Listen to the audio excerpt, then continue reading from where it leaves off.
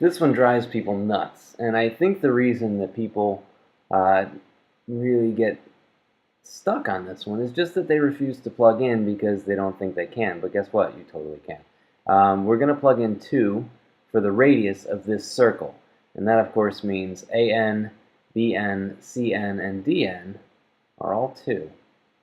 And those are also the legs of right triangles, because remember, we're given the fact that AD is perpendicular to BC, right? So those are right triangles, and so now we can very easily calculate the area of these right triangles. Well, the area of one right triangle with legs of length 2 is going to be a base of 2 and a height of 2. So 1/2 2 times 2 equals 2.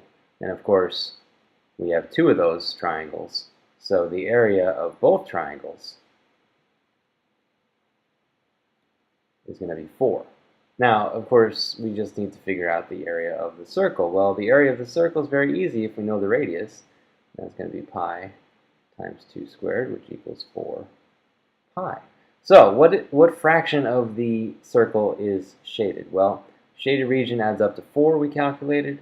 Total circle, of course, has an area of 4 pi. Those 4's are going to cancel, and we're going to be left with 1 over pi. Right? There you go.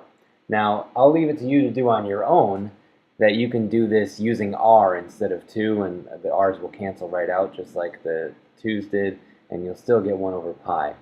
But if you struggled with this question the first time, note that you don't have to do it with pure algebra. You can do it by plugging in numbers, and because everything is relative to everything else and it all depends on the radius, plugging in is a totally legit way to go. I want to point out one more thing, which is this question might get easier for you if you recognize that if we kind of took this triangle and slid it down beneath that one, we'd end up with a square, right? Square with sides of length 2.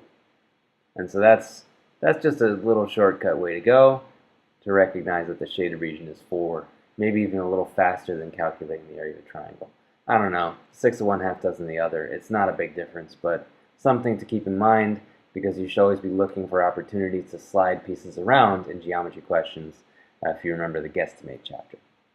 Okay, that's it for number 4.